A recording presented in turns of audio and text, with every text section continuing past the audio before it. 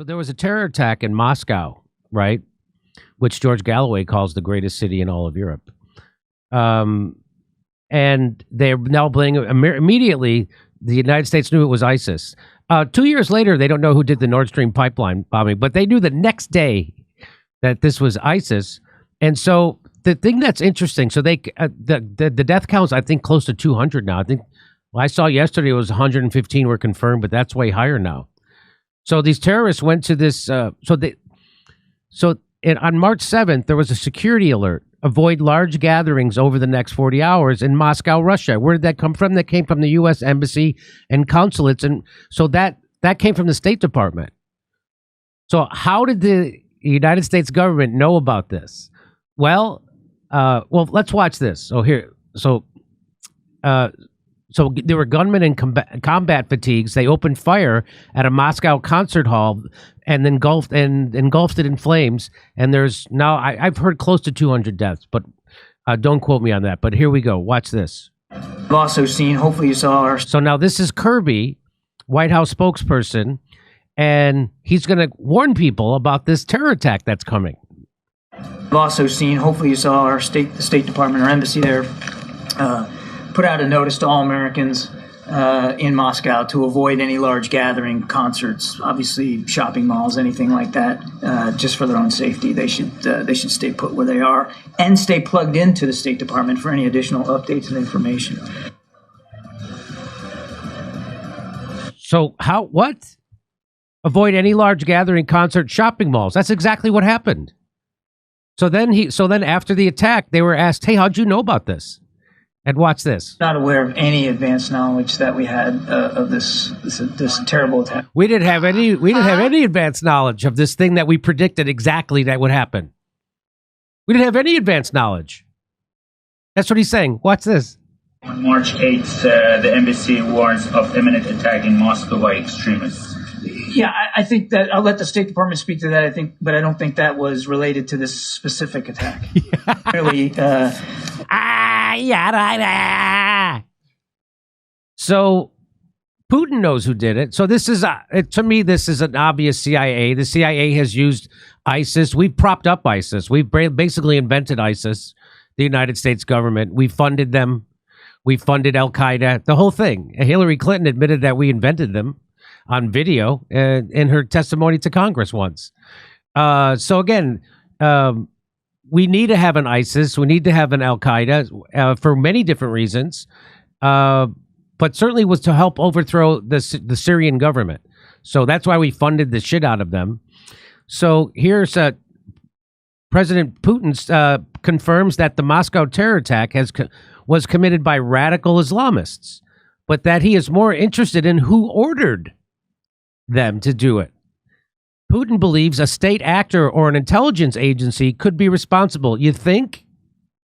So here, holy shit, who is to benefit? The crime can only be a link. This is what Putin said. The crime can only be a link in a chain of attempts by those who are at war with our country since 2014. Well, who did? That's when they overthrew the government, and the CIA overthrew the democratically elected government in Ukraine. That's what happened in 2014. So it sounds to me like Putin's pointing the finger at Ukraine, which of course is acting under the auspices of the United States and the CIA. Putin is referring to Obama's State Department and CIA who overthrew Ukraine. That would be Victoria Nuland. Putin is blaming the deep state. Who is to benefit? This crime can only be a link in a chain of attempts by those who are at war with our country since 2014. So there it is. Here is Russian media executive Margaret Samoyan says it was not ISIS, but the West themselves who committed the terrorist attack in Moscow. The individuals behind this operation were purposely selected to be passed off as members of ISIS. This is not new that the CIA, the Mossad, they do these things, right? Isn't it funny that ISIS hasn't attacked Israel? Isn't that funny? That's weird that ISIS hasn't attacked Israel over their slaughter of the Gazan people, the Palestinians. Isn't that weird? but they're attacking Moscow. Isn't that weird? Here's what Scott Ritter says. The evidence points to Ukraine and the CIA in Moscow terror attack. If this was something, but this can't be the CIA because Jake Uger and camel toe enthusiast Anna Kasparian told me that they don't do this stuff anymore. Unless the CIA did this just to troll TYT. That's what this was. It was a giant troll. Giant troll. Here, Scott Ritter says, if this was something planned by Ukraine, then it means it was something planned by Ukraine under the direction of the CIA to carry out an American policy objective which seeks the strategic defeat of Russia, the former U.S. Marine intelligence officer said in a video comment for Sputnik. So here is Victoria Nuland, and this is before she quit. And now I'm hearing that she got fired because she engineered this terror attack. But here's what she was promising a couple of weeks before this terror attack happened. Mr. Putin's going to get some nice surprises on the battlefield. And he's going to get some nice surprises. And here she was just a little while after that saying the same thing. Watch this. Okay, here we go. With this money, Ukraine will be able to fight back in the east, but it will also be able to accelerate the asymmetric warfare that has been most effective on the battlefield. And as I said in Kyiv 3 weeks ago, this supplemental funding will ensure Putin faces some nasty surprises on the battlefield. That is one evil smile. So there she is twice saying that. And by the way, it's Kiev. It's not Kyiv. Nobody eats chicken Kyiv. So now I'm being told that one of the reason why she's out is because she planned this thing, this provocation with Russia, and that was a bridge too far. She shouldn't have done that. And who's saying this? Well, here's this guy, Tony Shaffer. He's a New York Times bestselling author, retired Department of Defense intel operative. So here's what he has to say. I mean, to Victoria Nuland herself, Tory, as they call her at State Department, had many friends, and people saw her as a very warm and nice person to hang out with. And the genocidal maniacs inside the State Department. That's just like everybody in Hitler's house thought that Goebbels was a great guy. So here we go. She's gone now, and I think part of the reason she's gone is because she had made direct threats to Vladimir Putin and the Russians. That's all on tape, and she's very direct in her saying that Putin is going to get quote-unquote surprises. So, let's start with that as a start point. And then you move up to the 7 March warning. And I don't know if you saw it. Diamond John Kirby was there at the White House saying, oh, well, we don't know we didn't have any threat information behind our putting out a warning on 7 March. What? You just randomly put a warning out saying, hey, don't show up at concerts in Moscow. May be bad. Oh, yeah, we don't know why we put that out. We just put it out. Look, and I'll say this as a guy who was an expat for many years, that usually when you see warnings like that coming out of the embassy or coming out of the State Department, they are not that specific. This one specifically said concerts, specifically said extremist groups. That's like, you knew something, and that was a slight, that's you and I, since we've dealt with declassification, that was somebody had a report, could have been a walk-in, whatever it was, we don't know, and they said, all right, we're going to declassify just enough of this to put it out to the public. Right. That was based on a report 100%. And there's a requirement for us to warn people. Absolutely. There's requirements to warn. There are. And I've been in that seat. You have too. So you have to do that. So, now they're saying, oh, we had no specific threat. Okay. So it's just this breadcrumb of like, really? It's like there's that 1990 song, Things That Make You Go, and it's like, wow. And so when you look at this and then you look at what John Kirby has said and others have said, and Jake Sullivan, when's the last time, Jack, you and I saw this immediate response with all the details? Oh, yeah, 9/11. Within 48 hours, they'd listed out all the 9/11 hijackers. Gee, it's really strange how the U.S. government can be so completely naive to things, but have all the details within 48 hours. And you and I both know, as intelligence professionals, you don't gather that information that quickly without already having a head start. Let me play one more thing for you. Ukraine did. And here's how we know. March 7th, the United States Embassy, Moscow, and the UK Embassy, Moscow, issue a warning to a travel advisory to all Americans and British citizens. Stay away, there's going to be a terrorist attack within 48 hours. Now, that didn't happen. But I used to be, that was my job. That was part of my job when I was stayed in counterterrorism. Those kinds of warnings are only issued when you have specific, credible information and cannot prevent the attack. Now, usually in those circumstances, if it had enough specificity and was really solid, we would pass it off to...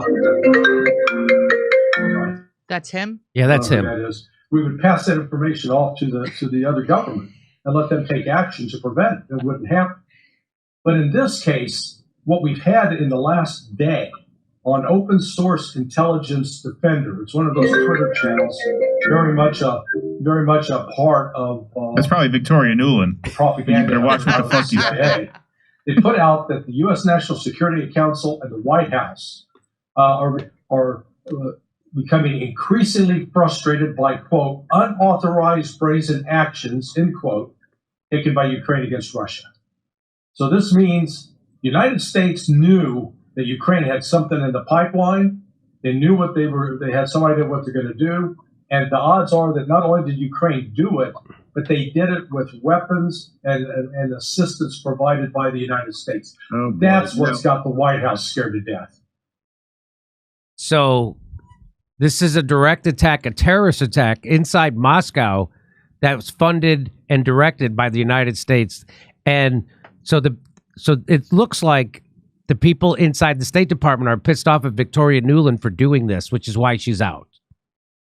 And they didn't. Yeah, and go ahead. The 9/11 example that the guy gave, it's true. Not only did they know who did it, basically as it was happening, because yes. I remember that day, that very day, they said they knew who did it. Yeah. But there was also in that example, obviously, the State Department memo that said weeks prior, Bin Laden determined to attack inside the United States using airplanes. Once again, a very specific warning weeks in advance of the actual attack happening. The other thing, that Jackson Hinkle tweet that you showed, where I think he quoted that woman saying that these were meant to look like ISIS recruits. What lends credence to that, in my opinion, is that these guys were paid. They weren't suiciders. They didn't go down with the ship. Right. They were paid and then they tried to flee. That's not characteristic of radical ISIS fighters. And so now the United States is blaming it on a thing called ISIS-K.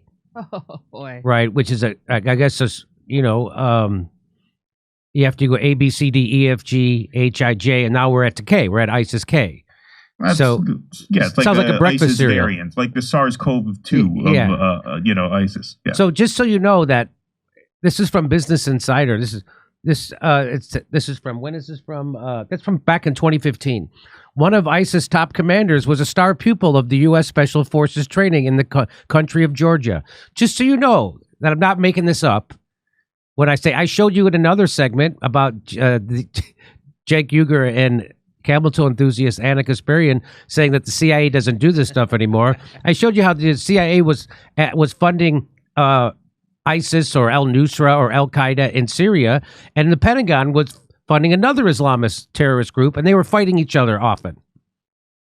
So we're the ones who are, and what would it be in it for us to prop up Islamic terrorists? Well, because then they could go do our dirty work for us. Wherever we need to have a terror attack, they could go do it for us. Like where? Syria. They could do they could do gas attacks on the Syrian people and then blame it on Assad. And here is a piece. Now watch this. Now I can't swear, I can't vouch for the veracity of this, but I found this very interesting. I found this on Twitter. This is a video that purports to say this ISIS commander was captured in Libya and revealed to be an Israeli Mossad agent. So let's watch this. You ever see this? Is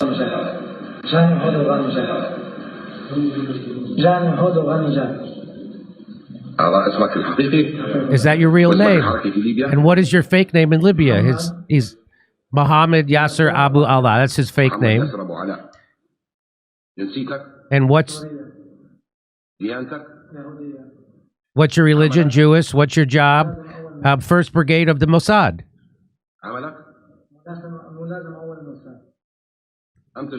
When did you join the Mossad? In 2002.